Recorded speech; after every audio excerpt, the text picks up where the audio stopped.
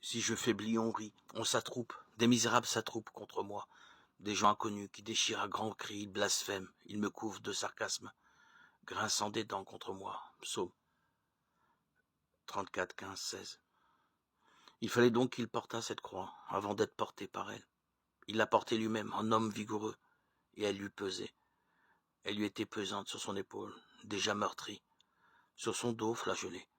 C'est la fatigue et la souffrance plus encore que la charge qui firent qu'une première fois le maître trébucha et tomba.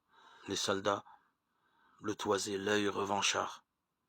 N'étaient-ils pas eux-mêmes, la veille au soir, lamentablement tombés à la renverse, tandis qu'armés de bâtons et de loupiottes, ils étaient venus au jardin de Gethsémani appréhender la lumière du monde.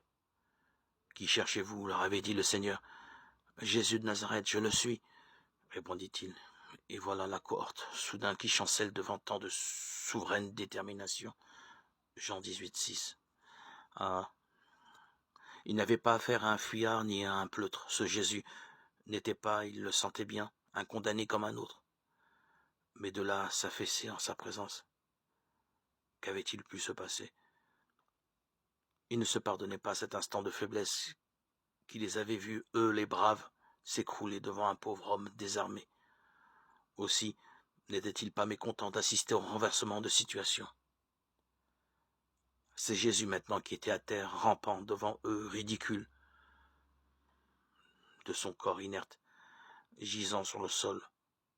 Seules les lèvres bougeaient encore.